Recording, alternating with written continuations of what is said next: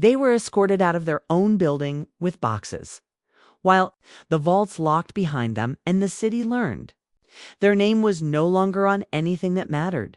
They thought Zafira Montrell Quince was invisible, a consultant, a woman who handled paperwork while real men handled power. They smiled while they erased her family from ledgers. They joked while they stole generational land. They did not realize they were approving their own extinction when Zafira adjusted the platinum crescent-cut onyx ear cuff on her left ear. She was not thinking about revenge. She was thinking about fiduciary duty. And one trust. They never closed. One exchange. They never owned. Paper beats blood. Every time. Stay with me. Because in the next 60 minutes. You will see how silence becomes a weapon. How old money collapses under its own arrogance. And how one signature. Ends an institution forever. Rain pressed against Manhattan like a held breath. Not falling, leaning. The kind of rain that does not rush, that waits. It turned the glass face of Lytton Crown Holdings into a black mirror streaked with silver veins. 38 floors of inherited confidence staring back at the city as if it had never once been challenged. The revolving doors at street level turned slowly, deliberately, as though even the building believed time answered to it. Zafira Montrell Quince stepped onto the marble threshold without breaking stride. The temperature changed instantly. Outside was wet, cold, metallic, and restless. Inside was dry, controlled, calibrated to protect old paper and older egos. The scent followed the money. Polished limestone. Leather bindings. A trace of vetiver that lingered too long in corridors where men shook hands and believed that was enough to shape the world. She did not pause to look up. People who belong never need to admire. Ceilings. Her heels made no sound that mattered. The floor absorbed her presence the way institutions absorb names. Quietly, permanently. She wore charcoal wool cut with mathematical precision. No visible label, no concessions to trend. Her jet black hair was parted cleanly at the center, drawn into a low architectural bun that did not move when she did. Light caught briefly on the platinum crescent-cut onyx ear cuff, hugging her left ear. A thin arc of darkness edged in silver. Understated and final. The security desk was staffed by a man who had learned to read posture before credentials. He looked up. He hesitated. That hesitation was important. It was the pause between certainty and doubt, the moment when authority decides whether to announce itself or wait to be recognized. Name. He said it with routine, not suspicion. Not welcome, Quince, Zafira said. One word, even weight. No explanation attached.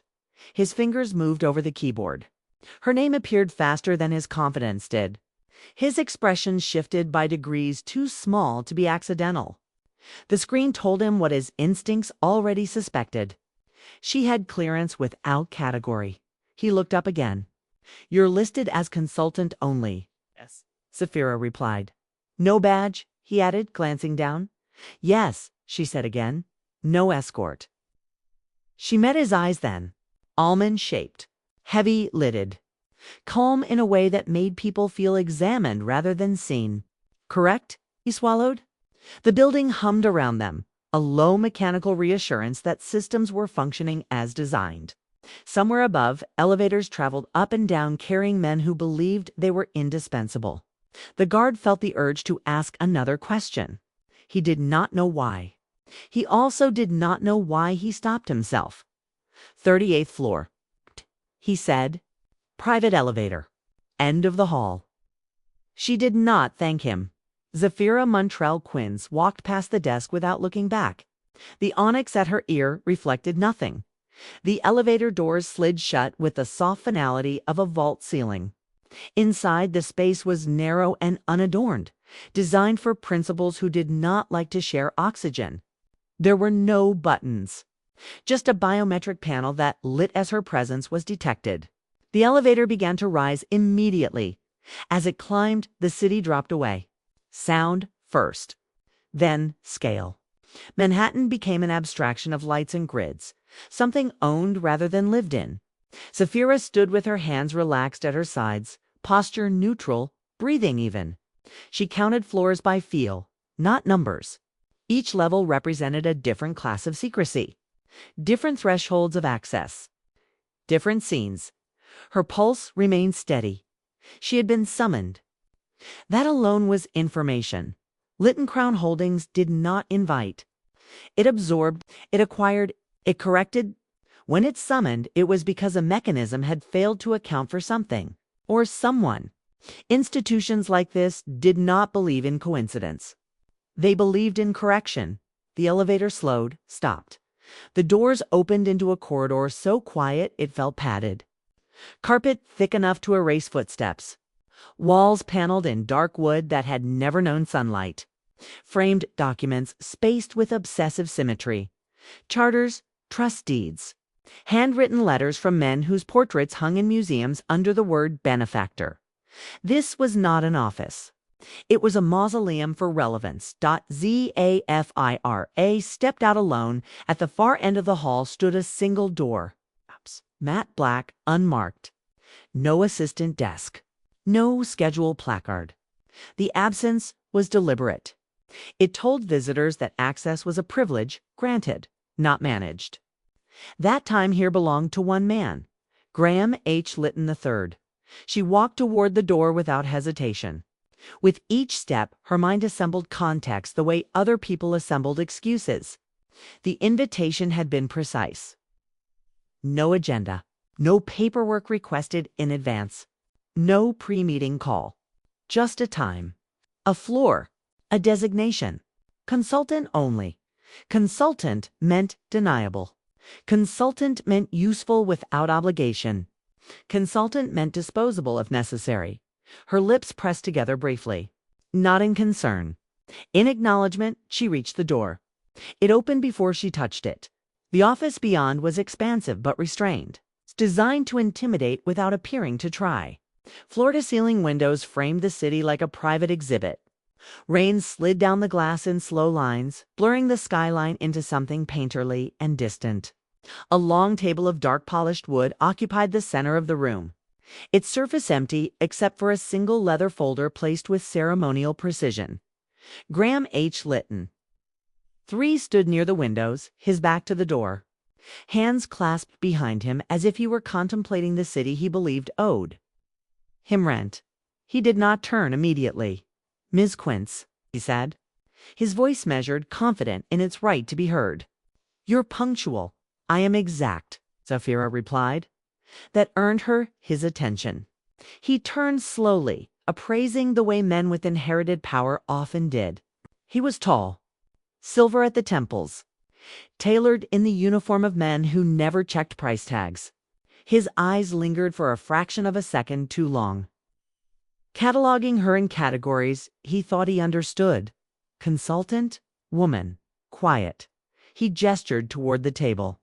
"Please." She crossed the room, aware of the subtle acoustics designed to magnify authority. Her reflection moved beside her in the glass, steady and unflinching. As she sat, she felt the chair yield slightly, calibrated for comfort without softness. She placed her hands on the table, fingers relaxed.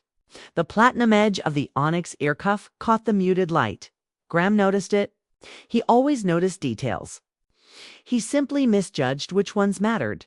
"You come highly recommended," said, taking his seat opposite her. "Discreet, thorough, unattached, accurate," Zafira said. "I trust you understand the nature of our work here." "You manage legacy," she replied. "Specifically, assets whose origins require interpretation rather than explanation." A smile touched his mouth. Not warmth, recognition. Precisely.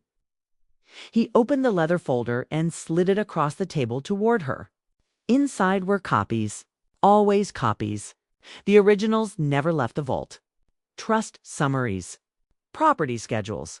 Beneficiary lists with certain names highlighted. Others struck through with a neat decisiveness that bordered on erasure. Zafira did not touch the folder yet.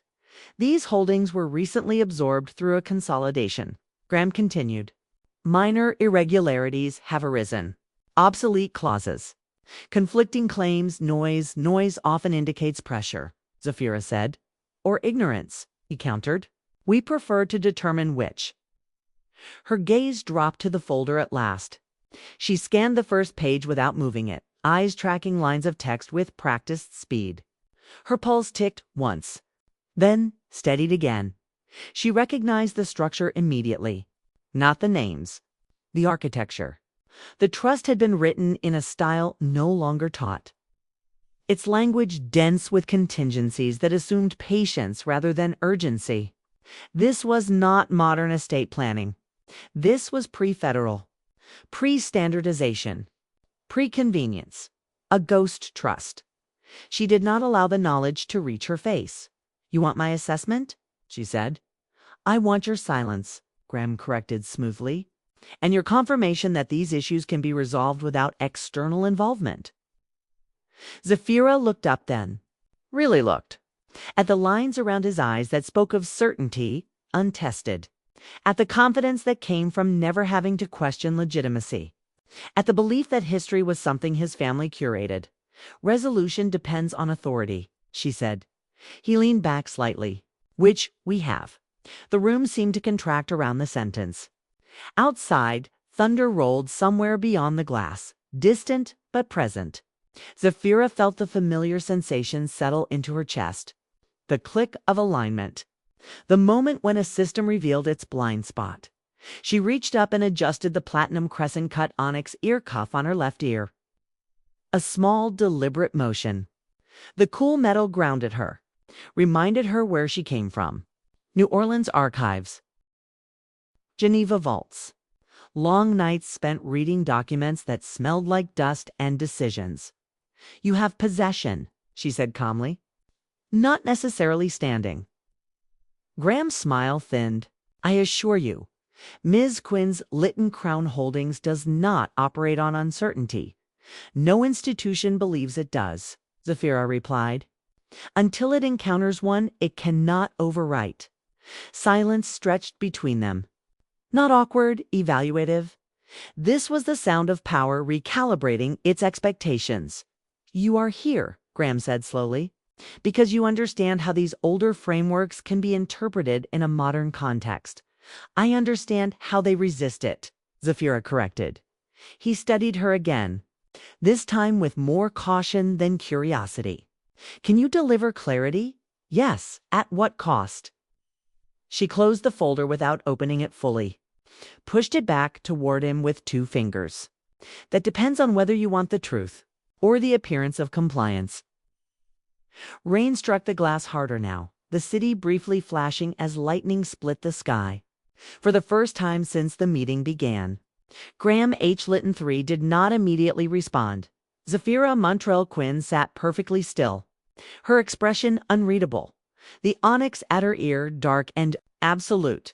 She had not been invited to fix a problem. She had been invited because the problem had already noticed her, and somewhere, deep in the architecture of Lytton Crown Holdings, something old had begun to wake.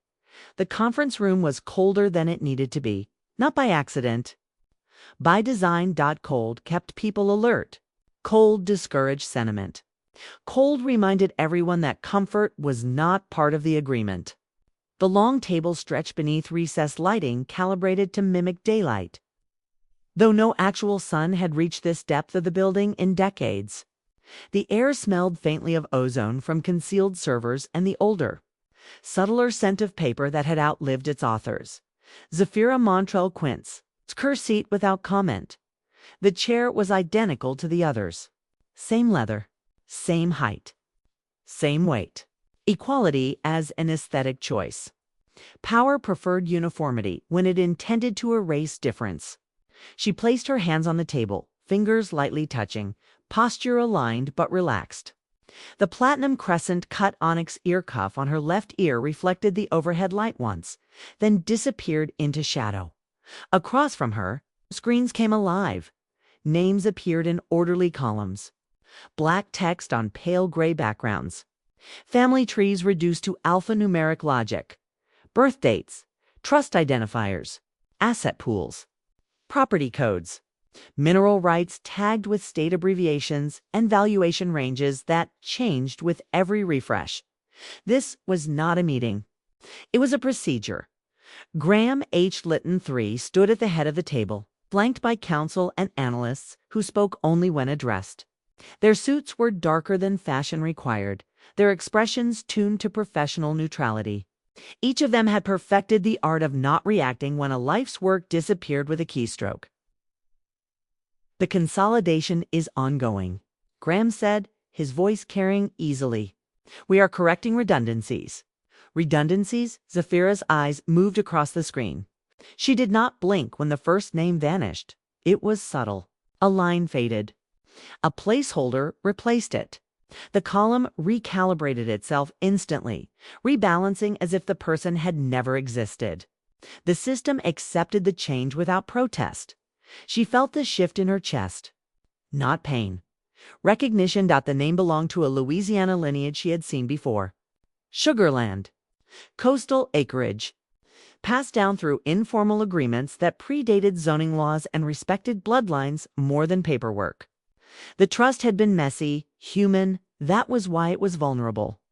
This beneficiary failed to provide sufficient documentation. One of the attorneys said, their claim lacked enforceability. Zafira said nothing.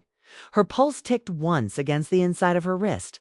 She pressed her thumb lightly into the table's edge, grounding herself in texture. Cool wood, perfect finish. No splinters. This table had never known urgency. Another name disappeared. This one from Mississippi. Timber rights. A family that had survived Reconstruction only to be undone by administrative language. Written a century later by men who believed clarity was ownership. Reclassified as dormant. An analyst announced. Assets transferred to central holding. Zafira inhaled slowly through her nose. The air tasted filtered, clean, sterile. She let it settle in her lungs and counted the seconds before releasing it. Silence was not absence. Silence was a container. She understood the impulse to object. She felt it like a ghost memory, a reflex inherited from generations taught that visibility was survival, that speaking up meant existing. But she had been taught something else. Silence preserves. Leverage. Graham paced slowly behind the chairs, hands clasped behind his back again. He liked this vantage point, looking down, looking over, watching people process inevitability. You see, he said, many of these structures were never meant to survive modern scrutiny. They rely on sentiment, oral history, outdated assumptions about continuity. He stopped behind Zafira's chair. She did not turn. Our role, he continued, is to bring order, to protect value from decay. Another name vanished. This one made her jaw tighten for a fraction of a second. The family had held mineral rights beneath land they no longer owned on paper. A common arrangement. Perfectly legal when drafted. Dangerous when ignored. The screen refreshed. The rights were absorbed. Zafira felt the temperature in the room drop another degree. Or perhaps it was her blood adjusting. She reached up and touched the platinum edge of the onyx ear cuff lightly, as if adjusting it. The metal was cool. Reassuring constant, she did not object because objection would have been logged. Everything in this room was logged. Microphones embedded in the walls. Cameras disguised as smoke detectors. Software recording facial movement, vocal cadence, eye tracking. Institutions did not trust intuition. They trusted metadata. A raised voice would have marked her as emotionally invested. A question would have flagged curiosity. Curiosity led to audits. Audits led to attention. Attention alerted systems designed to defend themselves. Zafira had not survived archives in Geneva by announcing herself. She watched instead. She watched how quickly the names were removed. How little discussion followed each deletion. How the lawyer spoke in passive constructions that absolved them of authorship. Failed to qualify. Was reclassified. Had been absorbed language as anesthesia. She felt her stomach tighten as another name blinked out. This one she recognized personally. A grandmother who had never trusted banks. A trust written by hand, amended in margins. witnessed by people who were long dead but had meant every word. The system did not care. The system accepted only what it could index. Miss Quince, Graham said suddenly. Her gaze lifted to him without urgency. Yes, you've been very quiet. Yes, she replied. Some of the analysts shifted. Silence unsettled them. Consultants were meant to speak. To offer insight? To validate, Graham tilted his head slightly. You have concerns. It was not a question. Zafira held his gaze. Let the moment stretch. She could hear the faint hum of the servers behind the walls, a low, constant vibration like a sleeping animal. She could smell the coffee on the table, untouched, already cooling. I am observing process, she said finally. Patterns emerge more clearly that way. Do they? Graham said. Amused. They always do, Zafira replied. Another name vanished. She did not flinch. Inside her mind. However, the architecture assembled itself. She saw the trust language she had memorized years ago. The clauses everyone ignored because they were inconvenient. The grandfathered provisions that existed outside modern enforcement but had never been repealed. The difference between dissolved and suspended, they were making a mistake. Not a moral one, a technical one. They were erasing heirs without properly closing the originating trust. She felt it then. The shift. Subtle but undeniable. Like the click of a tumbling lock. Her pulse quickened. Then steadied again as understanding settled into place. This was not consolidation. This was unauthorized reclassification. Graham resumed pacing. Many of these families believe possession equates to ownership, he said. But ownership is a legal state, not an emotional one. Zafira lowered her eyes back to the screen. She watched another ledger update. Watched an asset move from contested to secured. He was wrong. Ownership was not a feeling. But neither was it merely a claim. Ownership was authority recognized by the correct framework. And frameworks, like buildings, were only as stable as their foundations at precisely the wrong moment. He glanced at the wrong column. Zafira saw it before anyone else. A trust identifier. Flashed briefly at the bottom of the screen before being minimized. An older format. Numeric and alphabetical, arranged in a sequence no longer used after federal standardization. The system hesitated for a fraction of a second before accepting the update. Her breath caught. There it was. The ghost trust. Still active, still recognized by the back end. Architecture, because someone, decades ago, had been careful. Someone had suspended it rather than dissolve it. Someone had anticipated a future where silence would be necessary. Zafira's fingers curled slightly. Against the table, she did not smile at roughly the midpoint of the session. Graham gestured for a brief recess. The screens froze on their current state. Names half erased. Assets mid-transfer.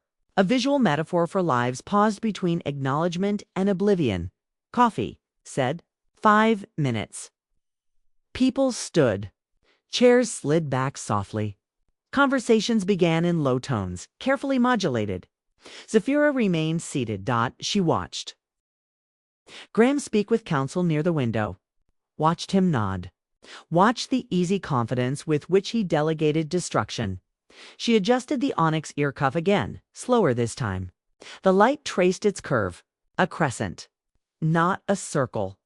A reminder that nothing here was complete. She thought of New Orleans humidity, the paper swelling with moisture, of archivists who wore gloves and spoke in whispers. She thought of Geneva vaults and the way old documents sounded when turned carefully. A dry rasp like breath returning. The trap was not sprung yet, but it was armed. When the meeting resumed, screens refreshed again. More names vanished. Faster now. Momentum built confidence. Confidence bred carelessness. Any objections? Graham asked. Scanning the room, no one spoke. Zafira Montrell Quince said nothing. Because objection would have been premature, because silence. At the right moment was not consent. It was strategy. And somewhere deep within Lytton Crown Holdings, beneath layers of polished certainty and inherited arrogance. A dormant authority remained very much alive, watching, waiting. The document arrived without ceremony. No announcement, no emphasis. Just another file projected onto the wall among dozens of others. Its edges crisp, its font consistent with everything that had come before. It should have been invisible. Designed to be processed, approved, forgotten. Zafira Montrell Quince noticed it immediately. Not because it was dramatic, because it was wrong. The room was warmer today. Not enough to be comfortable. Just enough to signal confidence. The kind that followed momentum. The kind that made men loosen ties and speak a little faster, believing the hardest part was already over. Coffee cups dotted the table now. Pens lay uncapped. The erasures had become routine.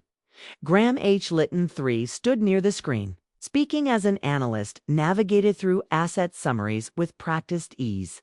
His voice filled the room without effort. He spoke the language of inevitability fluently. Zafira sat 2 seats from the end, hands folded loosely in front of her. Her posture had not changed since the first meeting. Neither had her expression. The platinum crescent-cut onyx ear cuff on her left ear caught the light as she shifted her head slightly, then settled back into shadow. The file name appeared at the bottom of the screen. She felt it before she understood it. A tightening behind the eyes. A subtle pressure at the base of her throat.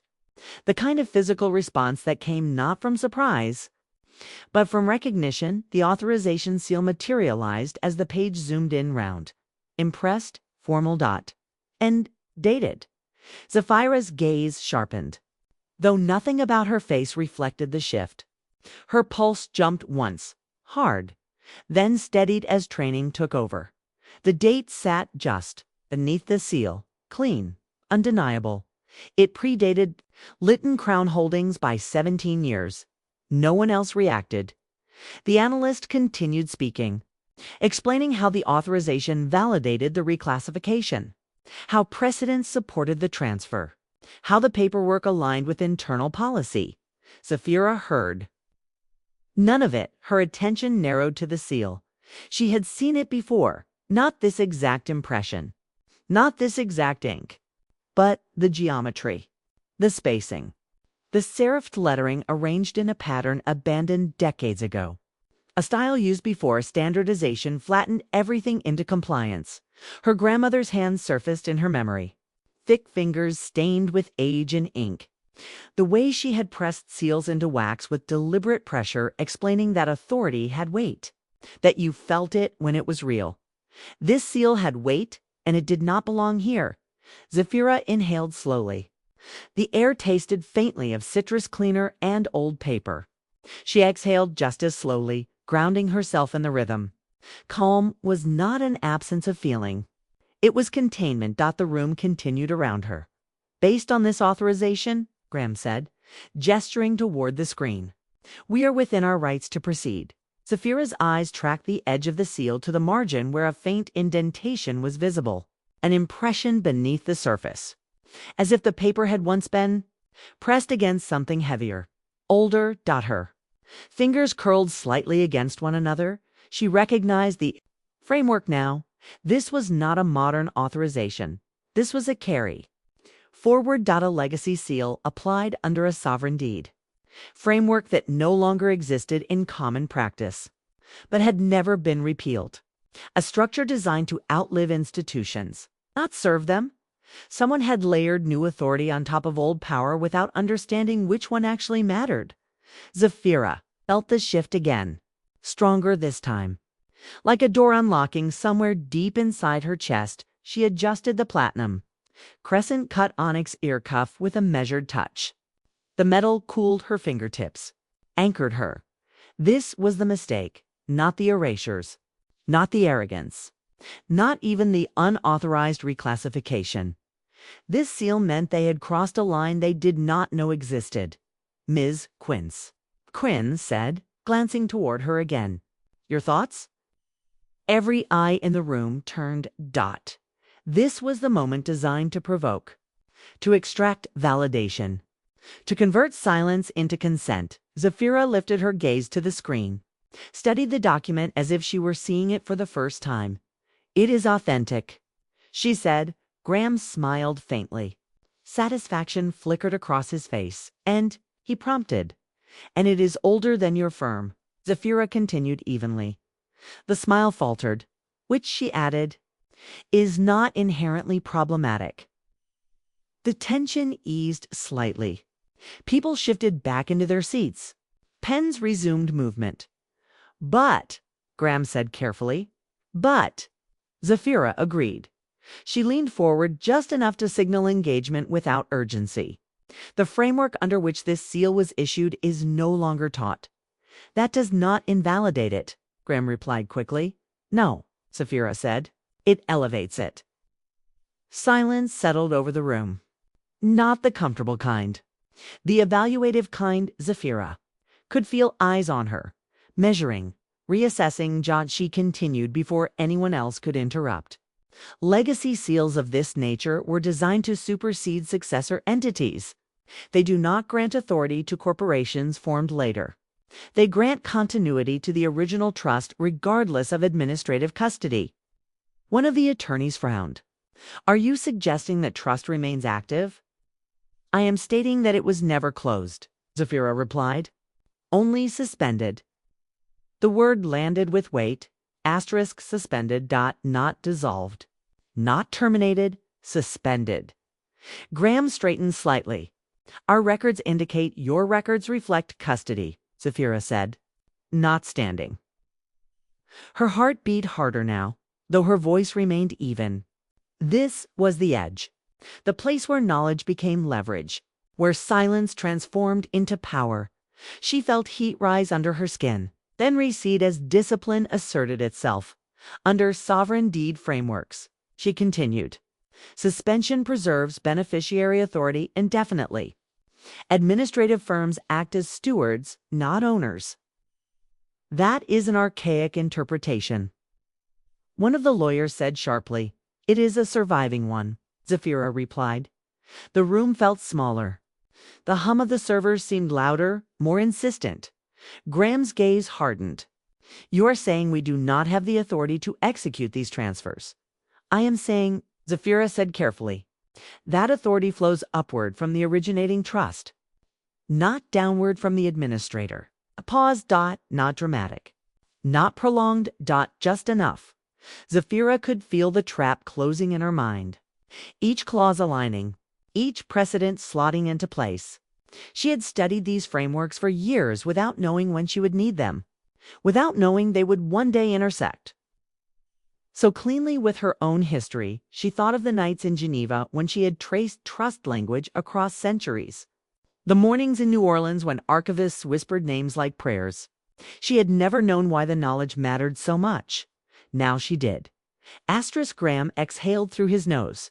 "Ms. Quince," he said, "you were brought here to advise." "Not to obstruct. I am advising," she replied. "That proceeding without verifying beneficiary standing exposes your firm to litigation." "From whom?" he asked dismissively. "These heirs have been erased." Zafira met his eyes. "Not erased," she said. "Displaced." The distinction mattered. She felt the weight of the room shift again, this time more decisively. Analysts exchanged glances. One of the lawyers began flipping through notes, brow furrowed. Graham's confidence had not vanished, but it had thinned. "And what would you recommend?" he asked. Zafira paused. This was the moment where impatience would reveal intent, where eagerness would compromise position. She said nothing. She lowered her gaze back to the document, studied the seal again, let the silence stretch until it became uncomfortable. Her quiet was not passive. It was surgical. Finally, she spoke. "A full audit of pre-incorporation authorizations," she said, "including beneficiary lineage verification. I could take months." Graham snapped. Yes. Zafira agreed. "Which preserves your exposure." The sentence hung there, clean, unapologetic. She leaned back slightly. The chair yielded beneath her. The onyx ear cuff glinted once as she turned her head. Inside, Her pulse surged, then steadied. The realization had fully formed now. This was not just any ghost trust. This was one connected to her, its own bloodline. She did not yet know how. Not fully. But the architecture was unmistakable. The handwriting of power felt familiar because it was Zafira Montrell Quince, remained composed as the room recalibrated. Around her, they thought the seal gave them authority. They did not understand. It gave her time in systems like this. Was everything the room changed after 5 o'clock? Not visibly, not dramatically, but the temperature lifted by a fraction. Jackets loosened. Voices dropped. The workday version of power gave way to its private face. This was the hour when men who ruled institutions allowed themselves to believe they were. Untouchable. Graham H. Litton III liked this hour. Most. The boardroom lights dimmed automatically as the city outside darkened, calibrated to preserve dominance rather than comfort. A decanter appeared on the side table without announcement, crystal heavy enough to feel permanent in the hand. 2 assistants moved silently, pouring without being asked, leaving without being noticed. Zafira Montrell Quince remained seated where she was. She had not been offered a drink. She had not requested one. Her hands rested lightly on the table, fingers relaxed, posture unchanged. The platinum crescent-cut onyx ear cuff on her left ear caught the amber glow of the room and absorbed it without reflection. Graham lifted his glass and swirled the liquid slowly. The scent reached her a second later. Smoke, oak. Time converted into arrogance. 40,000, he said casually, as if discussing whether per bottle. Few smiles followed. Soft laughter. Approval disguised as indifference. One of the last casks, Graham continued. A private acquisition. Zafira listened. She always listened. He took a sip, eyes half closed, as if communing with something sacred. You know, he said, there is something almost charming about these obsolete trusts. Charming.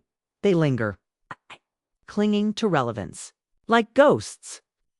A ripple of amusement circled the table. Zafira's pulse ticked once. She felt it in her throat. Then it settled again. Graham leaned back in his chair, glass resting loosely in his hand. People romanticize them, he said. Old language. Handwritten clauses. Sentimentality masquerading as structure. He glanced toward her. No offense, none taken. Zafira replied evenly. He smiled, mistaking her composure for agreement. They forget, he said. That power adapts. It modernizes. It consolidates. He gestured vaguely toward the skyline beyond the glass. This city was not built by sentiment. Zafira's gaze drifted briefly to the window. Rain traced thin lines down the glass again, reflecting lights that belonged to people who believed they owned tomorrow. Graham underestimated many things. He underestimated the endurance of frameworks designed to outlast empires. He underestimated silence. He underestimated the difference between possession and authority. And most critically, he underestimated her. The mistake old money always made was assuming history had a direction. That progress replaced rather than layered. That newer meant stronger. Zafir, a knew better. She had spent years inside. Archives where documents older than nations waited patiently to be remembered. She had learned that law did not evolve cleanly. It accumulated. It stacked. It preserved contingencies for futures no one could predict. That was the point. Graham raised his glass again. To clarity, he said. A few echoed him. Zafira did not. She watched the liquid catch the light. Watched the men around the table relax further into themselves. Confidence had a posture. Shoulders widened. Chins lifted. Voices grew less guarded. This was when mistakes happened. Graham continued speaking, his tone conversational now. We've been doing this a long time, he said. Generations. He took another sip. My great-grandfather drafted his first trust before most of these families learned to read. Zafira tilted her head slightly. The onyx ear cuff traced a crescent of shadow against her skin. Impressive, she said. He nodded. Experience matters. Yes, Zafira agreed. Context matters more. Tay laughed lightly. Context is flexible. No, she said calmly. Context is cumulative. The table grew quieter. A few eyes shifted between them. Graham waved a hand dismissively. You're very precise with language. It is my profession, Zafira replied. He leaned forward slightly. Tell me something, he said. Why invest so much effort in preserving these antiquated structures? She met his gaze. Because they were built to survive men like you, she thought. But she did not say it. Instead, she said, because the people who wrote them understood fragility. Fragility, Graham repeated, amused. We prefer resilience. Zafira's lips curved faintly. Not a smile. An acknowledgement. They are not opposites, she said. Fragility teaches resilience where to bend. He shook his head. You speak like an academic. She adjusted the platinum crescent-cut onyx ear cuff with a slow, deliberate motion. I speak like an archivist. That word landed differently. Graham paused, glass halfway to his mouth. Archivists preserve, he said. They do not decide. They preserve what others forget to destroy, Zafira replied. The silence that followed was brief but charged. Graham drank again, more deeply this time. The alcohol warmed his blood, loosened his restraint. Let me be clear, Bree said. These trusts only matter because we allow them to. Zafira felt the familiar tightening at the base of her spine. The moment where arrogance crossed into exposure, authority is not a courtesy, she said quietly. It is a condition. He laughed again, sharper now. You're suggesting we are guests in our own house? I am suggesting, Zafira said, that some houses are built on land you do not own. The attorneys exchanged glances. One of them cleared his throat but did not speak. Graham set his glass down with more force than necessary. You are very confident for a consultant. Zafira folded her hands. Confidence is not required, she said. Only accuracy. The room felt heavier. The air thickened with unspoken recalculations. Graham straightened, reclaiming his composure. We have reviewed the documentation, he said. Extensively, I am aware, Zafira replied, and found no active beneficiaries withstanding. That depends on the definition you apply, she said. The law is not ambiguous, he snapped. The law is layered, Zafira corrected. And you are reading from the top down. She could feel the moment approaching, the one where she would reveal just enough to shift the ground beneath him. Not the outcome. Not yet. Just the fault line. She leaned forward slightly. You mock obsolete trusts because you believe time invalidates authority, she said. But time is what gives them teeth. Graham frowned. Explain. She did not. Instead, she reached into her bag and placed a single sheet of paper on the table, not a copy. An index reference dot. It bore a catalog number from a Geneva archive. No names, no values, just a date range. Graham stared at it. What is this? A cross-reference, Zafira said, to a sovereign deed registry that predates your firm. One of the lawyers leaned in, eyes narrowing. That registry was dissolved. No, Zafira said. It was migrated to where, Graham demanded. To a jurisdiction you do not audit, she replied. The room went very still. You are implying, Graham said slowly, that we have exposure. I am stating, Zafira said, that your certainty is premature. His jaw tightened. This feels like a threat. It is a warning. She said she could feel her heart beating harder now. Not from fear. From alignment, every piece was in place. Every assumption he had made was now a liability, old money's favorite. Mistake was believing the game ended when they won. They never checked for rematches. Written into the rules. Graham exhaled sharply. You enjoy this? He said. No. Zafira replied. I respect it. Respect what the system, she said, even when it is misused. He stared at her, searching, failing to find what he expected. She adjusted the onyx ear cuff again, the gesture unhurried. The metal glinted briefly, then vanished back into shadow. "Enjoy your scotch," she said. "It is very old," he bristled. "So is this firm?" "Age alone does not confer legitimacy," Zafira replied. "Only continuity does." She leaned back, signaling the end of the exchange. Inside her mind, the trap had fully closed. Graham's mockery had confirmed what she needed. He had not read the lower layers. He had not audited beyond his own lineage.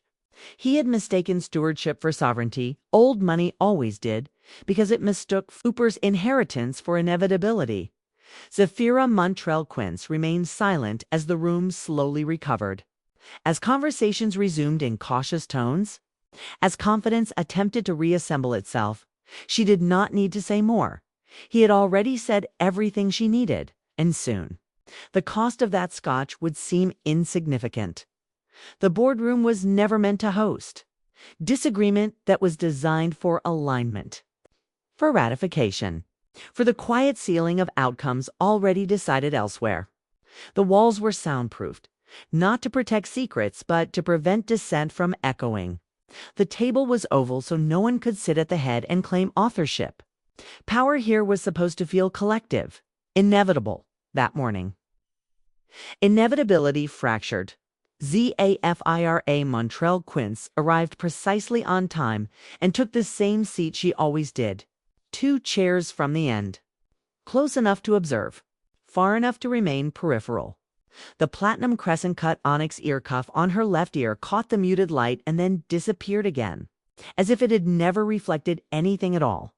The air was tight, not cold, pressurized voices overlapped before the meeting formally began. Low at first, then sharper. Accusations carried weight differently when spoken in this room. They did not rise. They pressed downward, compressing space, forcing reactions. This exposure was never disclosed. Signed off on it, that was before the reclassification. Before. You erased half the beneficiaries. Said nothing. She folded her hands on the table, fingers lightly touching, pulse steady beneath her skin. She listened to the cadence of anger, to the way blame curved toward the nearest absence of authority. Graham H. Litton III stood near the screen, jaw tight, 1. Hand braced against the table as if anchoring himself. His confidence had not vanished, but it had lost its sheen. Confidence did not like witnesses. "This is procedural," he said. "Nothing more." A voice from the far end cut in. "Procedural does not trigger inquiries." Another followed. "Procedural does not attract regulators." Zafira watched the screen flicker as someone pulled up a ledger. Red highlights bled across columns. Dates circled. Annotations multiplied. The room filled with the sound of keyboards tapping too fast, too hard. Graham turned toward her. "Ms. Quince," he said, "you have been silent." Every head turned, silence expanded.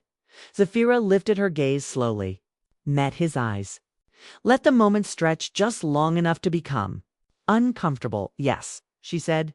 "Do you have an assessment?" He pressed. She did not answer immediately. She could feel the collective attention narrowing on her, the room attempting to pull her into orbit. Silence unsettled systems because systems relied on feedback, on validation, on resistance that could be measured and managed. Her silence offered none of that. She adjusted the platinum crescent-cut onyx ear cuff with a small, deliberate movement. The metal cooled her fingertips, grounded her, reminded her of the archives where a sound was considered intrusive, where meaning lived in margins and pauses. "I am listening," Zafira said finally. That was not the answer they wanted. One of the board members leaned forward. "Listening to what?" "To what is being revealed." Zafira replied. "Revealed." Another scoffed. "This is a mess. It is a pattern," Zafira said. Graham exhaled sharply. "If you have insight, now would be the time."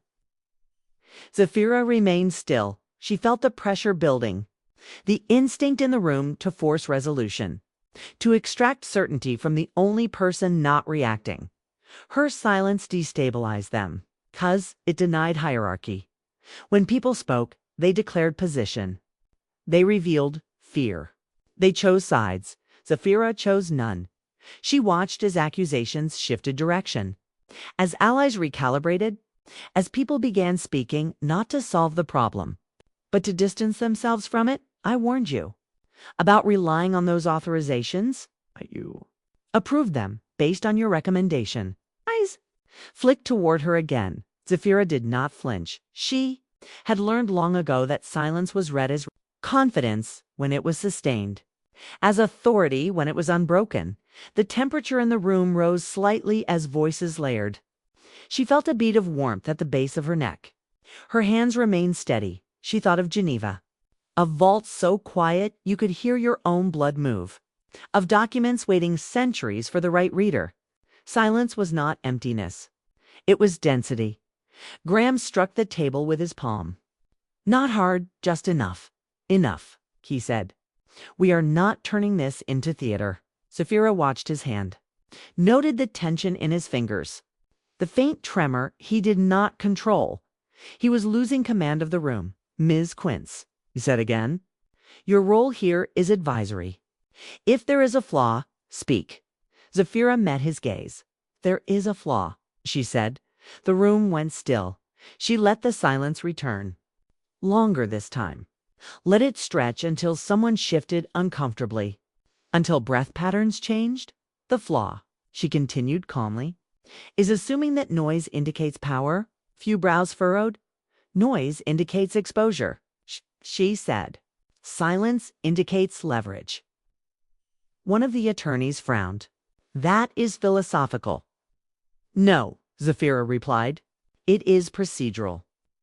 She leaned forward slightly. The movement was minimal. The effect was not, you are reacting to symptoms, she said. I am observing structure. Graham narrowed his eyes. Structure of what? The trust. Zafira said that the word landed like weight. She did not elaborate. Her silence returned, heavier now because it carried implication. The board fractured further under it. People began projecting their own conclusions into the gap she left, each interpretation different, each one revealing this is about standing. No, it is about jurisdiction, it is about lineage or exposure. Zafira watched it happen, the room doing her work for her, disassembling itself in the absence of direction. She felt a strange calm settle over her, the kind that arrived when timing aligned with preparation. When patience finally paid its dividend at roughly the midpoint of the meeting, Graham turned away from the table and paced. His steps were measured but no longer confident. He stopped near the window, rain streaking the glass behind him. This firm has weathered worse, Kay said, more to himself than to anyone else. Zafira's eyes remained on him. Have you? She asked quietly. The question cut through the room. Graham turned. What have you? She repeated. Or has the structure? He stared at her. She could feel the revelation settling now. Not fully formed, not yet actionable, but present. They were beginning to understand that her silence was not uncertainty, it was restraint. She knew more than she was saying, and that knowledge sat with her unmoved. Unsaged, that was what destabilized them. When the meeting adjourned abruptly, no resolution reached. People stood too quickly. Chairs scraped. Conversations resumed in hushed urgency. Phones appeared. Messages were sent. Zafira remained seated for a moment longer. She adjusted the onyx ear cuff once more, felt the cool metal. The certainty. She had said almost nothing. And yet, the room would not recover because silence, when wielded correctly, did not just withhold information, it forced truth to surface on its own. Zafira Montrell Quince stood and left without looking back. Behind her, the institution trembled. The filing did not happen in the daylight, Zafira. Montrell Quince understood timing the way archivists understood humidity. Too early and paper warped. Too late and ink bled. Precision mattered more than speed. It was just past midnight when she sat alone in a private records room 3 floors beneath street level. The city above her reduced to vibration and distant sound. The temperature was regulated to protect documents older than modern law. Cool, dry, controlled. The air carried the faint scent of linen, paper, and metal shelving, a smell she associated with permanence. She placed her bag on the table and removed a single folder. There was no dramatic flourish, no hesitation. The platinum crescent-cut onyx ear cuff rested cool against her skin as she leaned forward, light tracing its edge briefly before receding. Her hair was immaculate, center-parted, drawn into the same architectural bun she wore in every room where power pretended it did not. Age. The document inside the folder was not long at wall. It did not need to be. The heading was plain. Unadorned trust reactivation. Notice. Pre-Federal Registry. Zafira read it once more. Not to confirm content, but to confirm alignment. Every word carried weight because every word had survived. This language had been written for a future where administrators forgot they were guests. Her pulse remained steady as she signed. The pen felt heavier than it should have. Not because of pressure, because of consequence. When the ink dried, ownership shifted. Not symbolically, not philosophically. Legally, the system registered the filing within minutes. Older systems always did. They did not require permission. They required recognition. Across 3 states, databases paused, Louisiana first, then Mississippi, then Georgia. Asset registries froze mid-update. Titles locked. Transfers stalled. Automated processes flagged conflicts they were not designed to resolve. The ghost trust had awakened. Zafira exhaled slowly, feeling the air move through her chest like release rather than relief. This was not victory. This was initiation. She adjusted the platinum crescent-cut onyx ear cuff with a measured touch. The metal grounded her, reminded her that this moment was not emotional. It was procedural. By the time dawn broke, Lytton Crown Holdings was already unraveling. The first call came from a junior analyst who had never questioned an error before. His voice cracked as he reported frozen accounts that should have been fluid. Transactions stuck in pending states without explanation. The second call came from legal. The third from compliance. By mid-morning, Graham H. Lytton III stood in his office staring at a screen that refused to obey him. "This is impossible," he said flatly. Nothing moved. His assistants hovered near the doorway. Silent now, their training insufficient for uncertainty. The decanter sat untouched on the side table. Yesterday's confidence had gone stale overnight. "Get me an answer." Graham snapped. An answer arrived in fragments. Pre-Federal Registry override. Legacy trust. Conflict. Standing under. Review. Standing. The word felt foreign in his mouth. He had spent his life assuming standing was inherited. That legitimacy flowed through bloodlines like entitlement. He had never considered that standing could be dormant rather than absent by the time he demanded Zafira Montrell Quince be brought in. She was already gone, gone from the building, gone from the systems that tracked consultants. Her access badge never existed. Her file listed her role as advisory, temporary, non-custodial. Untouchable. In Geneva. A clerk confirmed receipt of a query with polite neutrality. In New Orleans, an archivist logged a request and marked it low priority. Old systems moved at their own pace. Graham's calls escalated. Phones rang unanswered. Emails returned with automated acknowledgments that promised review without timeline. The machinery of modern power ground uselessly against foundations it did not control. Inside Zafira's mind, everything was quiet. She sat in a private apartment overlooking the river. Sunlight diffused through sheer curtains. The city softened into abstraction. She held a cup of coffee untouched, letting the warmth seep into her palms without drinking. She felt the shift now. The unmistakable reversal. Before, she had observed from the margins. Now, The margins had moved to her dot. She thought of her grandmother again, of the way she had insisted on sealing documents personally, of the phrase she used when others asked why. Because one day, someone will forget. Zafira had not forgotten. She reviewed the filings mentally, confirming sequence. Reactivation triggered jurisdictional review. Review triggered automatic freezes. Freezes invalidated pending transfers, and pending transfers were the spine of Lytton Crown Holdings. They had built their dominance on movement, on speed, on the assumption that assets could always be repositioned before scrutiny arrived. Now, nothing moved. Graham convened an emergency board meeting by midday. Voices rose. Blame sharpened. This was never disclosed. Who signed off on legacy? Exposure. We are dead in the water. Zafira was not. There, her absence spoke louder than her presence ever had. One of the attorneys finally said it out loud. This was not a mistake.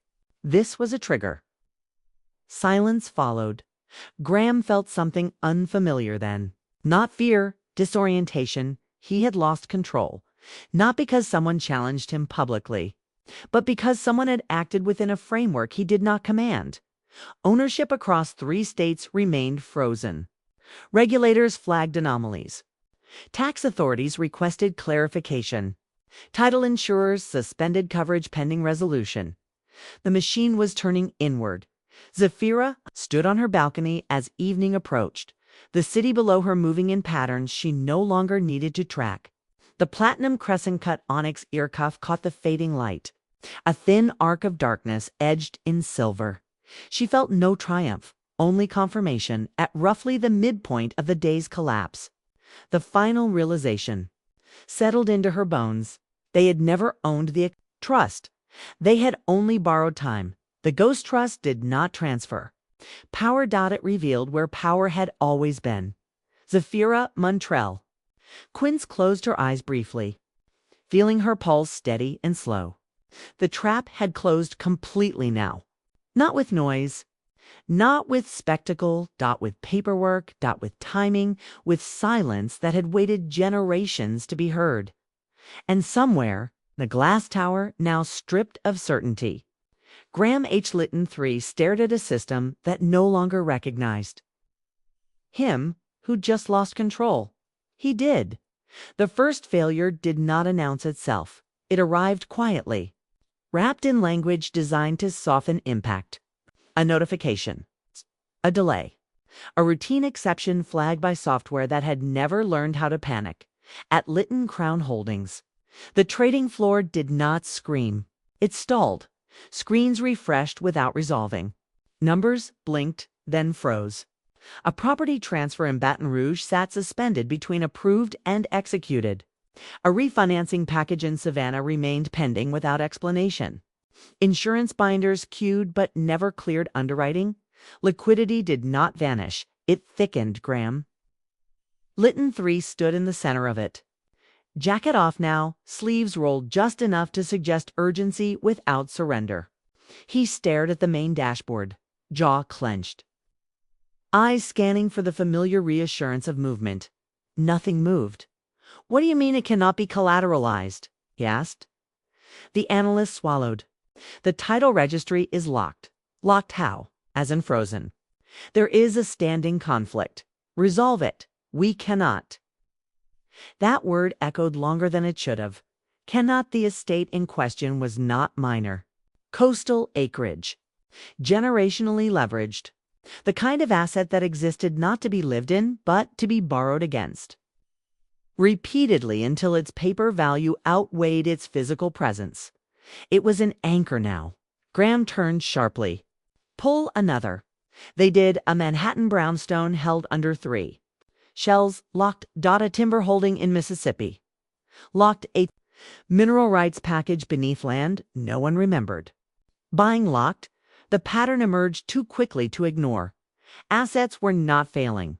Individually. They were failing structurally across 3 states. Ownership was no longer transferable, not sellable, not insurable, not leverageable. Banks refused exposure. Insurers declined risk. Title companies issued polite denials wrapped in phrases like unresolved standing and federal conflict. Pre-federal. The phrase surfaced. Again, Graham felt something. Cold settled behind his ribs. By mid-morning, the phones would not stop ringing. Clients who had never asked questions before now demanded explanations. Men accustomed to liquidity mistook immobility for theft. What do you mean my estate cannot be refinanced? What do you mean the policy is suspended? What do you mean pending review? Each question chipped away at the illusion that Lytton Crown controlled outcomes. They did not. They controlled Flow.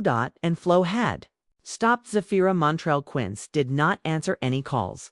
She sat in a quiet room miles away, sunlight tracing slow lines across the floor, the city distant and irrelevant.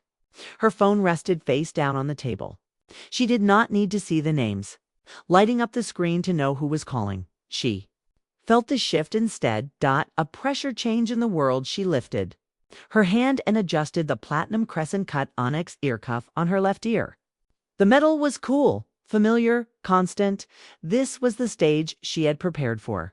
She had known exactly when assets would turn from leverage into liability. The moment standing froze, value inverted. Properties designed to generate cash flow now demanded it. Taxes did not pause. Maintenance did not pause. Payroll did not pause. Only movement paused. Old money survived on velocity, on the ability to reposition before gravity caught up. Now gravity had arrived.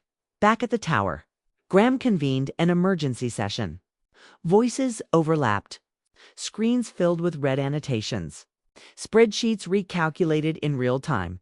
Each iteration worse than the last. We are hemorrhaging confidence. You're breaching covenants. This cannot hold. Graham slammed his hand against the table. This is temporary. Asterisk. No one answered, because everyone in the room understood the truth. Temporary problems had timelines. This did not.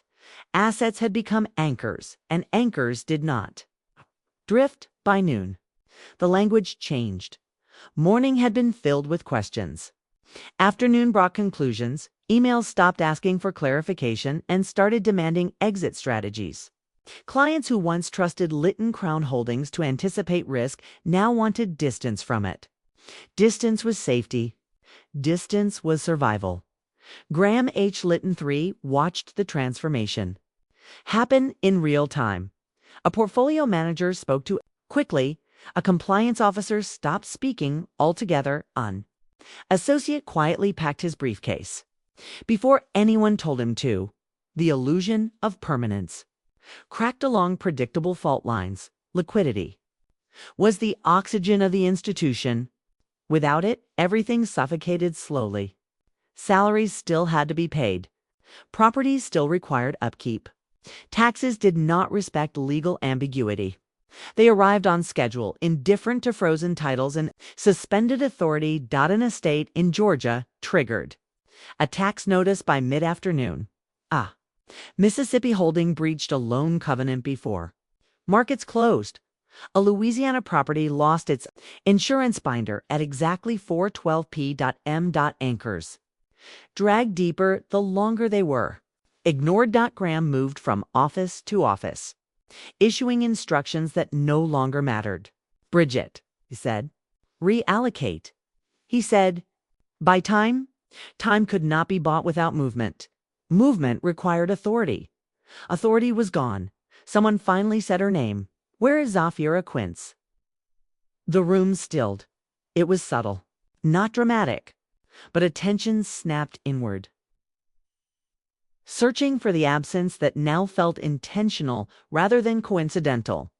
She was advisory, one of the attorneys said cautiously. She had no execution authority. That is not what I asked, Graham replied. He felt heat rising behind his eyes. The unfamiliar sensation of being outpaced, outsmarted. Not through confrontation. Through procedure, she warned us. Someone said quietly. Graham turned. About what? Standing? The attorney continued. Legacy exposure. The word legacy tasted bitter now. Graham replayed the moments in his mind. The silences. The pauses. The way Zafira Montrell Quince had never rushed to fill space. He had mistaken restraint for irrelevance. That was his mistake. Across the city, Zafira stood in a quiet archive office. Sunlight diffused through high windows dusted with age. She held a thin folder in her hands, reviewing correspondence that predated corporate convenience. She was not watching the collapse. She was measuring it. She knew exactly how long Lytton Crown could survive without liquidity. She had run the numbers months ago. Institutions like theirs did not fail from exposure alone.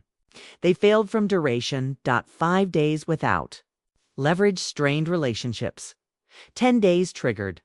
Defaults. 30 days ended institutions. They were already past day 1. She adjusted the platinum crescent-cut onyx ear cuff as she closed the folder. The metal caught the light briefly, then dulled again. Silence was doing its work. Back at the tower, the board convened again. This time without ceremony. No scotch. No casual confidence. Coffee cups multiplied. Jackets stayed on. Ties loosened in surrender rather than comfort. We need to liquidate. Someone said, we cannot. Another replied, nothing will clear. We need emergency financing. No lender will touch frozen collateral. The room spiraled inward. Graham listened, his mind racing ahead of the discussion. He saw the end now. Not the headlines. Not yet. But the private unraveling that always preceded public collapse. This was not a crisis. This was a freeze. And freezes killed institutions. Quietly, his phone buzzed. A message from a title. Insura. Coverage suspended pending. Resolution of beneficiary standing. Again. The word followed him like a shadow. He looked up slowly. Find her. No one asked who he meant. Zafira Montrell Quince felt the call come in even before the phone vibrated. She did not look at it. She knew the tone of desperation without needing to hear it. Assets were not assets anymore. They were weights. And Lytton Crown Holdings was sinking under its own mass. Say continue part 3. When ready. Yes. The third day was when panic stopped pretending to be strategy by then. The language inside Lytton Crown Holdings had degraded completely. Words like optimization and restructuring disappeared. They were replaced by survival terms: exposure, default, insolvency. The institution had entered its most dangerous phase, when assets stopped moving. Truth surfaced. Every estate that had once been paraded as proof of dominance now demanded attention like a liability. Marble foyers required heating. Grounds crews expected payment. Local governments sent tax notices that did not care about frozen registries or suspended authority. Anchors do not negotiate. A senior client arrived unannounced just before noon. His face flushed with anger that had never been denied before. You told me this land was untouchable, he said, voice echoing too loudly in the hallway. Now I cannot insure it. I cannot refinance it. I cannot sell it. Graham H. Lytton III stood rigid, his expression carefully neutral. This is temporary. The client laughed. Sharp, joyless. Temporary does not stop foreclosure. That word landed hard. Foreclosure, it did not belong in this building. It belonged to other people, other neighborhoods, other failures, but language did not respect pedigree. By mid-afternoon, internal forecasts showed the truth no one wanted to say aloud. Cash reserves would not last. Not with payroll. Not with maintenance. Not with penalties accruing daily as contracts breached themselves. The assets that once guaranteed longevity were now accelerating collapse. Graham retreated into his office and shut the door. For the first time in his career, he stared at his own reflection in the glass without recognition. The city behind him, OKED, unchanged, indifferent, as if nothing of consequence were happening. He thought of Zafira Montrell Quince again, her stillness, her restraint, the way she never competed for space. She had known this would happen. That realization settled like ice in his stomach. She had not frozen their assets. She had removed their oxygen across the city. Zafira moved through a narrow corridor lined with metal shelving, her footsteps muted by carpet designed for preservation rather than comfort. The archive staff nodded politely as she passed. She belonged in places like this, places where authority was earned through care rather than assertion. She paused at a window overlooking the river and allowed herself a single measured breath. The power flip was complete. Before, Lytton Crown had dictated terms. Now they reacted. Before, they repositioned assets. Now assets position them. She touched the platinum crescent-cut onyx ear cuff lightly, the familiar coolness steadying her. Thoughts. She did not feel vindictive. She felt precise. She reviewed the timeline again. Insurance suspensions would trigger covenant violations next. Covenant violations would trigger cross-default clauses. Cross-defaults would cascade no. Dramatic confrontation was required. Institutions collapsed the way buildings did. When load-bearing assumptions failed, quietly, all at once, back at the tower, Graham convened his final emergency meeting of the week. Faces were drawn, voices subdued. Someone slid a document across the table without comment, projected insolvency. Window, 14 days. No one argued. How long can they survive? Someone whispered.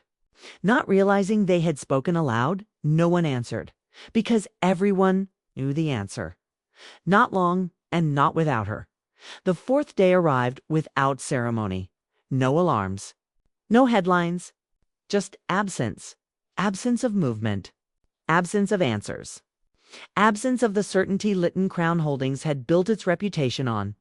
The phone still rang, but fewer people answered them. Emails arrived, but most went unread. The institution had entered the quiet phase of collapse, where effort no longer changed outcome. This was the phase old money feared most. Not exposure, not scandal, but irrelevance. Graham H. Lytton. 3 sat alone in the boardroom long after everyone else had left. The oval table felt larger now, emptier. The walls that once absorbed dissent now amplified his thoughts. He stared at a spreadsheet frozen on the main screen. Red cells marking failures that no amount of authority could override. Every line told the same story. Assets locked. Insurance voided. Liquidity exhausted. The prized estates that once defined Lytton Crowns. Dominance were now liabilities, demanding attention without offering leverage. Each one drained resources simply by existing. Heat, security, taxes, legal, review. Anchors pulled hardest when the tide turned. Graham rested his elbows on the table and clasped his hands together. For the first time, he considered the possibility that this was not a negotiation, that there was no meeting, no concession, no relationship he could leverage to reverse. What had been set in motion? This was not an attack. It was a correction. Across the city, Zafira Montrell Quince stood in her apartment as dusk settled, the sky darkening to deep blue over the river. She watched lights flicker on in distant buildings, each one a small declaration of continued function. The world kept moving. Institutions failed in silence. She felt no urgency. The platinum crescent-cut onyx ear cuff on her left ear reflected the fading light, then dulled as night took over. She touched it once, not to adjust it, but to acknowledge the moment. Assets had become anchors exactly when she calculated they would. She thought of Graham's scotch, of the laughter, of the confidence that came from believing systems were static. He had underestimated duration. He had underestimated what happened when velocity stopped. Most of all, he had underestimated the cost of silence when it belonged to the wrong person. Her phone vibrated. Again, she did not pick it up. There would be time for that later. For now, the lesson needed to land fully. Lytton Crown had to feel the weight of its own holdings, had to understand that ownership without authority was just custody with expenses. That this was how institutions learned. Humility. Not through confrontation, through arithmetic. Zafira turned away from the window and walked into the dim interior of her home. She poured a glass of water and took a slow sip, feeling the coolness settle her body. Her pulse was steady, her breathing even. She had not raised her voice once. She had not threatened anyone. And yet, nay, an empire was counting down its remaining days. Back at the tower, Graham finally reached for his phone again. He did not dial a client. He did not dial counsel. He scrolled until he found her name. Zafira Montrell Quince. He stared at it longer than necessary. The way men did when confronting a truth they could no longer avoid. She had not taken control by force. She had revealed that he never had it. He did not call. He knew better now. The assets remained frozen. The anchors held firm. And time, once his ally, had turned against him completely. How long could they survive? Not long at all. The notice did not come with sirens. It arrived as a letter, plain envelope, government seal, language stripped of emotion. The kind of correspondence designed to feel routine even when it was lethal at Lytton Crown Holdings. The receptionist logged it without comment and routed it upstairs, unaware that she had just carried the end of an era through security. By the time it reached Graham H. Lytton III's desk, the building was already quiet. Late afternoon light pressed against the windows, turning the skyline into a dull reflection. He slit the envelope open with a practiced motion and scanned the first paragraph. His breath caught. Internal Revenue Service, Office of Regulatory Enforcement. Preliminary Review Notice. He read it. Again. Slower. Section 1031. Exchange, improper deferral, ownership under dispute. The words rearranged the room. Section 1031 exchange was not a footnote. It was a pillar, a mechanism that allowed wealth to multiply quietly by deferring taxes through like-kind property swaps. Old money depended on it. Institutions like his treated it as muscle memory, used correctly. It postponed liability indefinitely, used incorrectly. It did the opposite. Graham's hand tightened around the paper. The notice continued. Neutral, precise, merciless. Exchange executed on property without verified. Standing deferred gains subject to immediate recognition, penalties and interest accruing. Retroactively. That single word erased decades of confidence. He dropped into his chair, the leather creaking under unfamiliar weight. His mind raced ahead of the page, calculating exposure faster than his eyes could read. 1 exchange was manageable. 2 painful. 3 catastrophic. There were dozens. The Ghost Trust had not just frozen assets, it had exposed a paper trail across 3 states. Regulators had followed the freeze upstream and discovered something far more dangerous than illiquidity. Lytton Crown had deferred taxes on land it never legally owned. Ownership was not. Implied standing was not assumed. And intent did not matter. Only documentation did. By the time Graham reached the final paragraph, his hands were cold. Failure to comply may result in civil penalties, asset seizure, and criminal referral. Criminal. He stared at the word until it blurred. Prison had never existed in his imagination. Consequences had always been financial, negotiable, settled quietly through counsel and checks. Written with irritation, but certainty. This was different. This was arithmetic. Meeting law. Phones began ringing before he could stand. Compliance. Legal. Board members speaking over one another. The trap was no longer abstract. It was closing across the city. Zafira Montrell Quince read the same notice on a different screen. Her posture relaxed, her expression unchanged. The platinum crescent-cut onyx ear cuff rested cool against her skin as she leaned back slightly, absorbing confirmation. Rather than surprise, she had known the moment. They used a 1031 exchange without standing. It was the oldest institutional sin, assuming possession equaled ownership. She thought of the filings, of the frozen registries, of the auditors who would now trace transactions backward with clinical patients. Every deferral would collapse into liability. Every shortcut would become evidence. The trap did not snap. It sealed back at Lytton Crown. Graham pressed his palms against the desk and stood slowly, as if sudden movement might worsen the damage. How bad? Someone asked from the doorway. He did not answer, because the truth was worse than numbers. The IRS did not negotiate from weakness. Regulators did not bluff. And Section 1031 violations did not fade quietly. They multiplied. The legal trap had sprung shut. And for the first time in his life, Graham H. Lytton III wondered whether legacy could end in a courtroom instead of a boardroom. By the next morning, the language hardened. What had begun as a preliminary review transformed into a multi-agency inquiry with mechanical speed. The IRS notice triggered secondary alerts. State revenue departments followed. Title authorities reopened closed files. Every system that had deferred scrutiny now reversed direction at once. This was how traps worked, not loudly, comprehensively inside Lytton Crown Holdings. Conference rooms filled again, but the energy had changed. No one spoke in hypotheticals anymore. Every sentence carried consequence. Deferred gains are being recalculated. How far back? 10 years. Possibly more. Interest compounded daily. Penalties layered on top of penalties.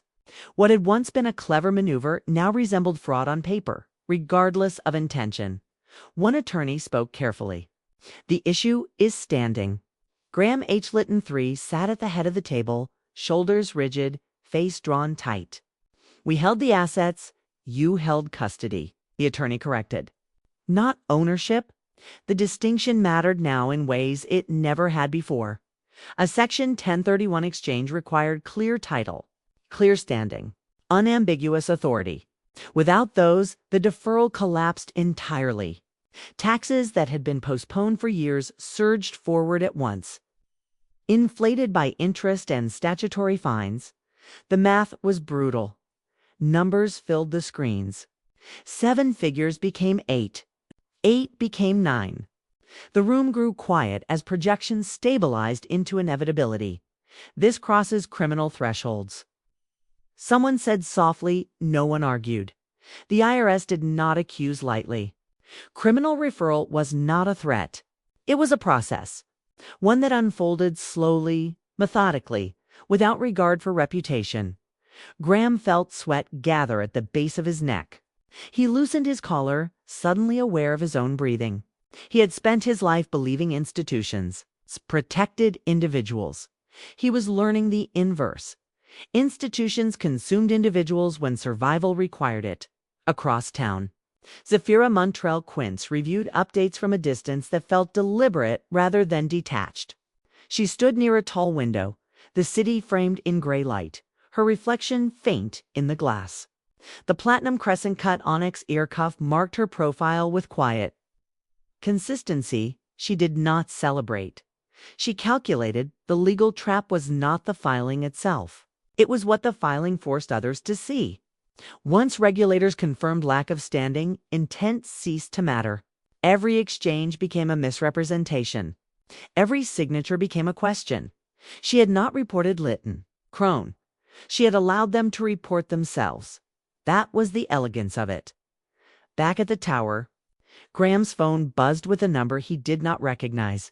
He answered that the voice on the other end was calm, professional, unhurried. This is Special Agent Daniels. With the Internal Revenue Service, the room seemed to tilt. We are initiating a formal inquiry into Section 1031 compliance, related to multiple properties under your administration. Graham swallowed. We are cooperating fully. I'm sure you are, the agent replied. You will be receiving a request for records. Extensive. All exchanges executed. Under Lytton Crown Holdings during the last decade. Call ended without ceremony. Silence filled the room. Someone finally asked the question no one wanted. Answered, is prison inevitable? No one spoke. Because no one knew. Criminal cases did not move quickly. They built. They waited. They applied pressure until cracks formed where leverage once lived. Zafira lowered her gaze and adjusted the platinum crescent-cut onyx ear cuff with a small, deliberate motion. The metal cooled her fingertips, grounded her again. This was not revenge. This was consequence. She thought of the trust language that required standing, not just at the moment of transfer, but continuously. Of clauses written to prevent exactly this scenario. Of the arrogance required to believe modern systems had erased old safeguards. They had not. The trap had not sprung shut to punish. It had closed to correct. Back at Lytton Crown. Graham stared at the door long after the call ended. For the first time, the future did not branch into options. It narrowed. Law did not care about legacy. It cared about documentation. And documentation was unforgiving. The third phase began with subpoenas, not dramatic ones. No agents in hallways. No flashing lights. Just documents delivered with quiet certainty. Each one narrowing the space in which Lytton Crown Holdings could move. Requests for records. Requests for correspondence. Requests for internal deliberations. Every email. Every memo. Every approval chain connected to the Section 1031. Exchanges. The institution had always relied on fragmentation. Different departments, different shells, different jurisdictions. It was designed to diffuse responsibility until no single hand could be blamed. Regulators were designed to reverse that diffusion. Inside the compliance office, staff worked late into the night assembling archives they had never expected to see side by side. Old decisions resurfaced, stripped of context.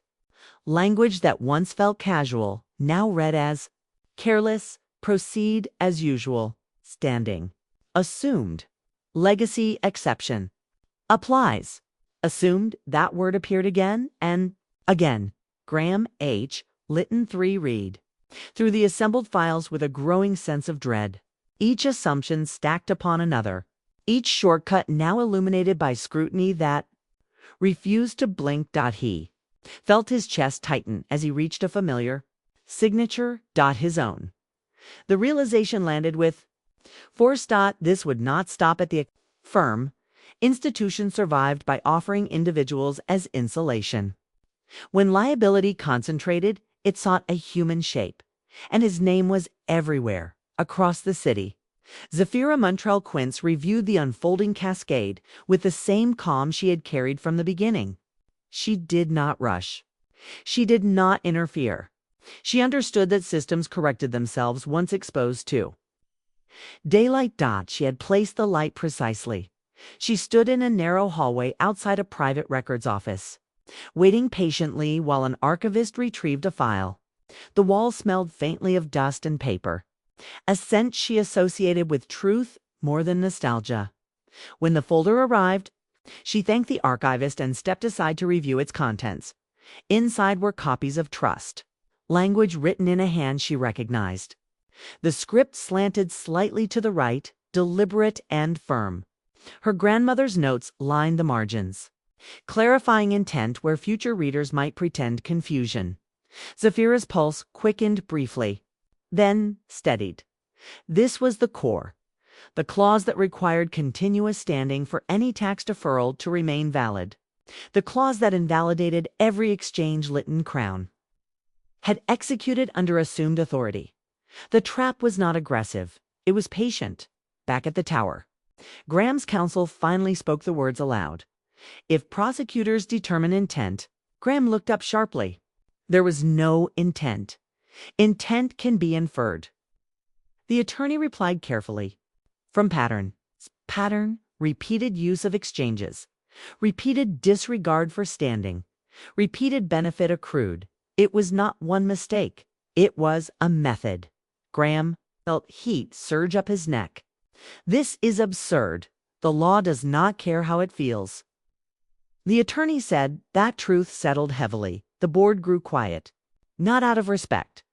Out of calculation. People began distancing themselves verbally, Then physically, chairs shifted. Boldies angled away. Liability was contagious. By late afternoon, news leaked. Not headlines, whispers. A regulator inquiry. A tax review. An institution under scrutiny. Clients withdrew quietly. Partners stopped calling. Silence replaced confidence. Zafira watched the shift from afar.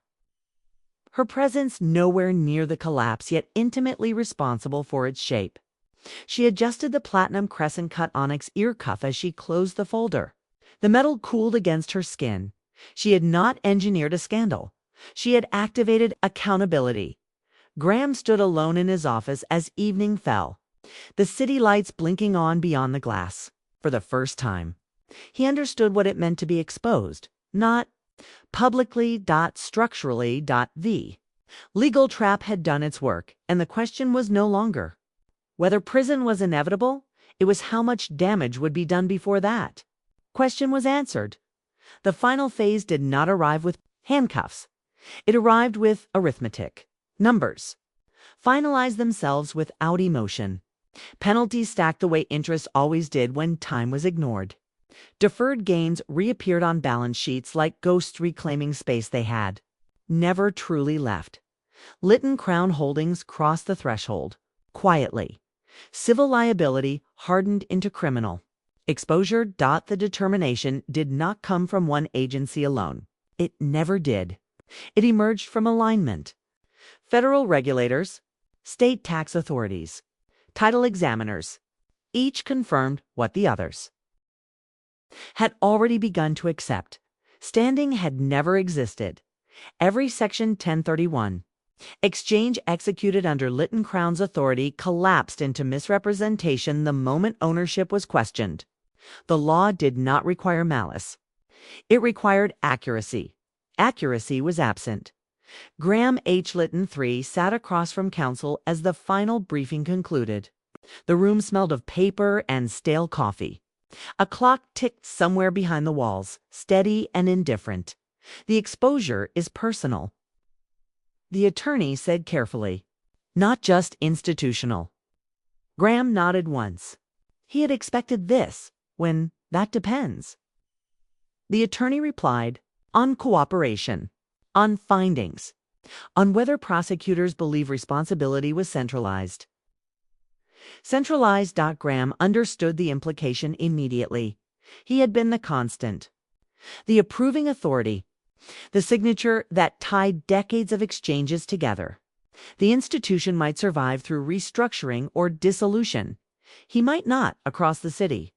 Zafira Montrell Quince stood alone in a quiet room reviewing the final confirmations. Her posture was composed, her breathing even. The platinum crescent-cut onyx ear cuff rested against her skin. Unchanged. She felt the trap complete. Self, not with satisfaction, with closure. This was the moment she had prepared for without ever knowing its shape. The convergence of inheritance law, tax protocol, and sovereign documentation into a single outcome that no amount of power could undo.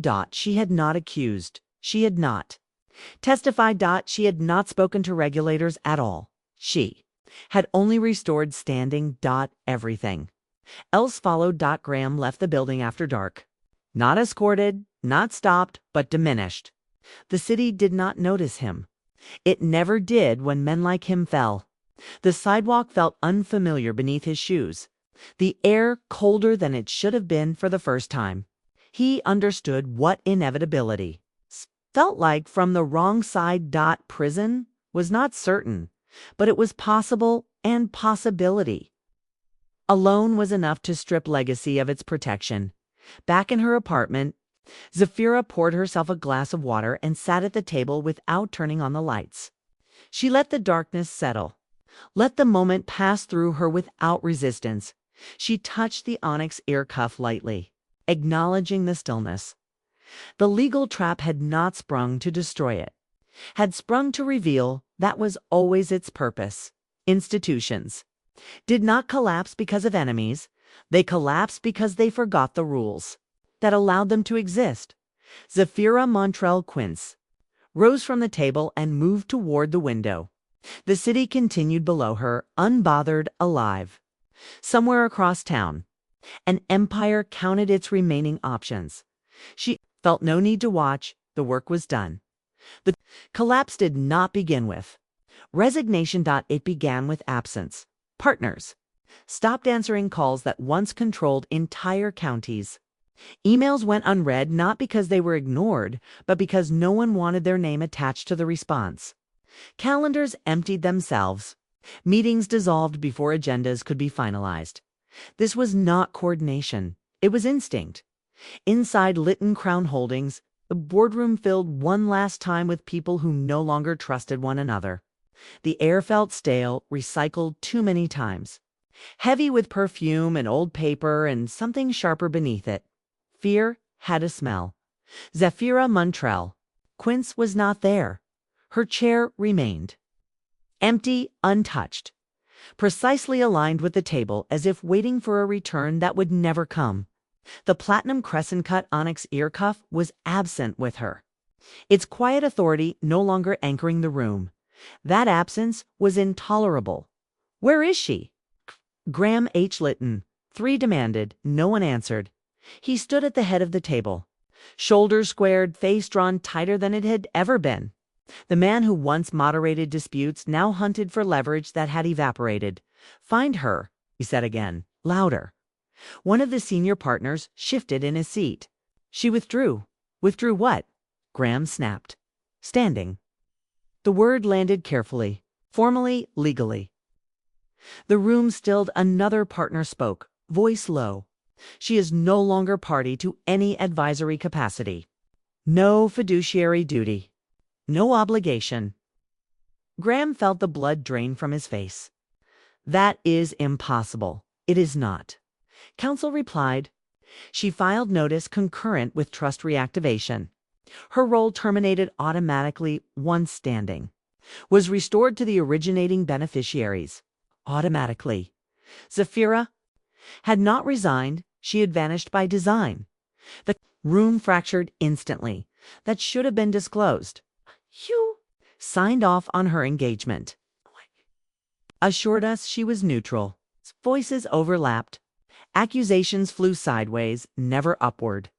No one wanted to meet Graham's eyes. This was cannibalism. Institutions did not collapse from external pressure alone. They collapsed when internal alliances failed under stress. When self-preservation replaced cohesion. Partners began defecting in real time. One excused himself to take a call and never returned. Another announced he was retaining independent counsel. A third quietly slid a document across the table. A lawsuit. Preemptive, defensive. Litigation. Stacked like cordwood. Derivative suits. Breach of fiduciary. Duty. Failure to disclose material. Risk. Each filing repositioned blame. Each one carved the institution. Inward. Graham slammed his hand against the table.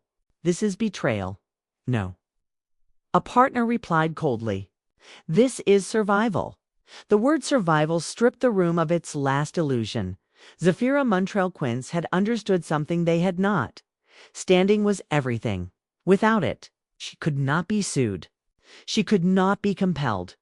She could not be subpoenaed for actions taken in advisory observation. She had spoken only when asked. Acted only within frameworks that preceded them all. They could not touch her. Counsel confirmed it moments later. She is insulated. How? Graham demanded. She never exercised control, counsel said. She identified authority. That is not execution. That is analysis. And the trust. Graham pressed. The trust is sovereign. Counsel replied. It does not answer to this board. Silence fell like ash. Graham staggered back into his chair, the realization landing too late to matter. Zafira had not attacked them. She had stepped aside and in doing so, forced them to turn on one another. Across the city, Zafira stood in a quiet archive room she had visited many times before. Sunlight filtered through tall windows coated with dust and time. The smell of paper and binding glue settled her. Breathing, she was alone, exactly as planned. She adjusted the platinum crescent-cut onyx ear cuff on her left ear, the cool metal grounding her as voices echoed faintly in memory. Accusations, panic, confusion. She felt none of it. She had withdrawn, standing not to escape consequence, but to clarify it. The institution needed no enemy now. It was eating itself. Back at the tower, the board disintegrated further. One partner formally resigned mid-meeting. Another accused Graham directly of negligence. Another demanded indemnification before agreeing to anything further. The word prison surfaced again, this time without whispers. Graham searched for Zafira's name in every database. Nothing current. Nothing actionable. Her engagement file terminated cleanly. Her communications archived. Her access revoked by her own instruction. She had left no hooks, no fingerprints, no vulnerability. He understood now why her silence had been so destabilizing. Silence meant she was never committed. To their outcomes, she had been committed too. Truth. In truth had no loyalty. By evening, the lawsuits outnumbered the board members. The institution's legal posture collapsed inward under its own weight. Each attempt to shield oneself exposed another. Cannibalization was complete. Zafira Montrell Quince walked out of the archive and into the fading light. The city indifferent to the implosion she had orchestrated without ever raising her voice. The onyx ear cuff caught the last glint of sun and then dulled. Again, they could not touch her because she had never belonged to them. She had belonged to the system, and the system had chosen its correction. The archive vault was colder than the rest of the building, not uncomfortable, intentional, cold, slowed decay. Cold preserved paper and truth, and the kind of authority that did not need witnesses. The air carried the faint scent of aged linen, iron shelving, and time itself layered so deeply it felt solid. Every sound was absorbed before it could echo. Zafira Montrell Quince stood alone at the center of the room. Rows of shelves extended behind her into shadow, each holding boxes stamped with dates older than the skyline above them. Names written in careful script. Trusts born before corporations learned how to disguise themselves. Deeds that remembered borders no longer drawn on maps. She stood perfectly still outside. Sirens rose and fell in uneven patterns, distant but unmistakable. The city was unraveling several blocks away. News vans clustered near glass towers. Regulators moved in coordinated silence. Lawyers spoke in urgent fragments. An institution collapsed in real time. Its failure loud enough to reach even this quiet place. None of it touched. Her Zafira's breathing was slow, measured. Her pulse steady beneath her skin. She felt the temperature through the soles of her shoes. The firmness of the floor anchoring her body in the present. She reached up and adjusted the platinum crescent-cut onyx ear cuff on her left ear. The metal caught the low light of the vault for just a moment. A thin arc of darkness edged in silver. Minimal, unmistakable. It reflected no chaos, only certainty. She thought of the first document she had ever held in her hands. How heavy it felt despite its size. How her grandmother had corrected her grip, insisting that paper carried weight only if you respected it. People thought history was loud. It was not. History whispered. It waited. It survived. Sirens swelled again. History whispered. It waited. It survived. Sirens swelled again, closer now. Tires screeched somewhere beyond the stone walls. A crowd reacted to something unseen. Cameras flashed. Names were spoken with urgency that bordered on panic. Zafira did not turn toward the sound. She looked instead at the open ledger on the table before her. Its pages were yellowed, edges softened by time and care. The ink had faded in places, but never bled. Each entry precise, each clause deliberate. This was not wealth recorded for admiration. It was power recorded for endurance. She traced a line of text with her eyes, not her finger. The language was familiar. She had memorized it years ago without knowing. Why? Standing is not granted by possession. Standing is preserved by Continuity.authority survives only when, remembered, the words had done their work. Above her, men who believed they owned everything were learning the difference between custody and control. They had held keys without understanding locks. They had moved assets without asking who they answered to. They had mistaken activity for ownership. Zafira closed the ledger gently. The sound was barely audible, a soft finality. She thought of Graham H. Litton III, somewhere in the city, surrounded by voices that no longer reassured him. She did not picture him with anger. She did not picture him at all. Individuals were irrelevant at this stage. Systems corrected. Themselves, she had not taken anything from him.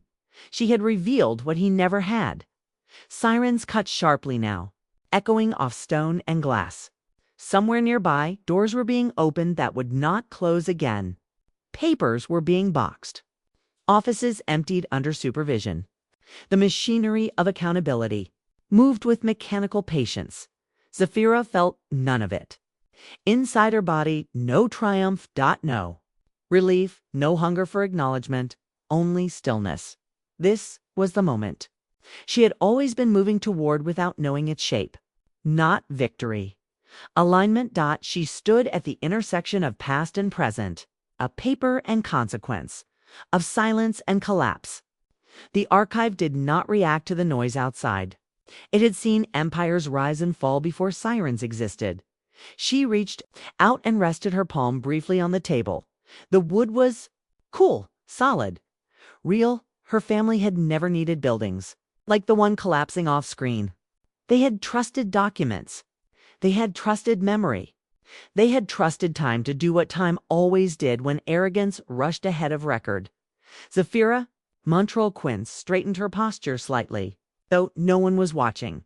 The onyx ear cuff caught the light again, sharper this time, reflecting a single controlled glint before settling back into shadow. It marked her presence the way a signature marked a page. Not loud. Permanent, the sirens began to fade, replaced by the distant hum of a city recalibrating itself. Somewhere, headlines were being written. Somewhere else, charges were being considered. Somewhere, men were asking how this had happened. The answer stood quietly in the vault. History did not belong to those who claimed it.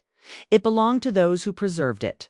Zafira took one final look around the archive, committing the moment to memory, not because she feared forgetting, but because she respected continuity. She turned toward the exit without hurry, her footsteps absorbed by the floor, her presence leaving no disturbance behind. As she reached the doorway, she paused, not to listen, not to look back, but to acknowledge the stillness. One last time, the city could burn off-screen institutions, could fall, paper endured. She stepped out of the vault and let the door close behind her with a sound so soft it barely registered. The frame held on the empty room, on the closed ledger, on the echo of authority that never needed to announce itself, and on the truth that would outlive them all, freeze